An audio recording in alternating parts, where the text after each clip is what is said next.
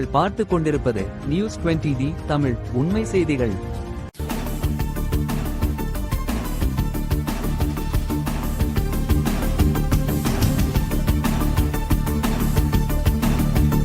வணக்கம். திருச்சி ரயில் நிலைய டிஆர்எம் அலுவலக வளாகத்தில் SRMU சார்பில் அகில இந்திய கோரிக்கை நாள் ஆர்ப்பாட்டம்.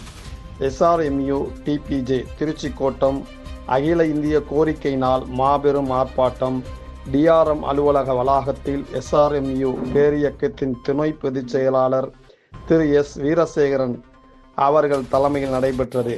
ரயில்வே தொழிலாளர்களின் பாதுகாவலர் டாக்டர் கண்ணையா, ஜியாஸ் SRMU president AIRF new Delhi அவர்கள் உத்தரவின்படி அகில இந்திய கோரிக்கை நாள் ஆர்ப்பாட்டம் திருச்சி கோட்டத்தில் 2/2/2026 டிஆர்எம் அலுவலகத்தில் மதியம் உணவு இடைவேளையில் Veerasekaran AGS SRMU COA GOC and TPJ அவர்கள் தலைமையில் திருச்சி பகுதியில் உள்ள அனைத்து கிளை நிர்வாகிகள் மற்றும் ஏராளமான தொழிலாளர்களுடன் கீழ்கண்ட கோரிக்கைகளை வலியுறுத்தி ஆர்ப்பாட்டம் நடைபெற்றது.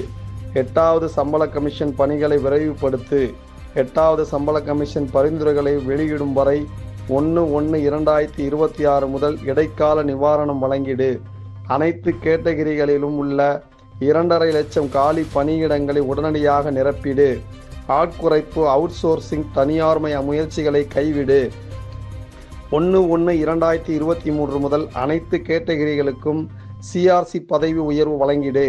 சகோதரிகளுக்கான CCLக்கான 2ஆம் ஆண்டு சம்பளம் 100% வழங்கிடுக போன்ற பல கோரிக்கைகளை உடனடியாக நிறைவேற்ற வேண்டி மத்திய அரசின் கவனத்தில் பதிவு செய்கின்ற வகையில் டிஆர்எம் அலுவலக வளாகத்தில் ஊர்வலமாக சென்று டிஆர்எம் அலுவலகம் அதிர்கின்ற அளவிற்கு கோஷமிட்டு மாபெரும் ஆர்ப்பாட்டம் நடைபெற்றது.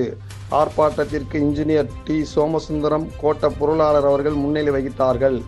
கலந்து கொண்ட அனைவருக்கும் COM Sudhakar, director SRECCS TPJ DS LRS SRMU TPJ அவர்கள் நன்றி கூறினார். இந்த ஆர்ப்பாட்டத்தில் ஏராளமான ரயில்வே தொழிற்சங்கத்தினர் திரளாக கலந்து கொண்டனர்.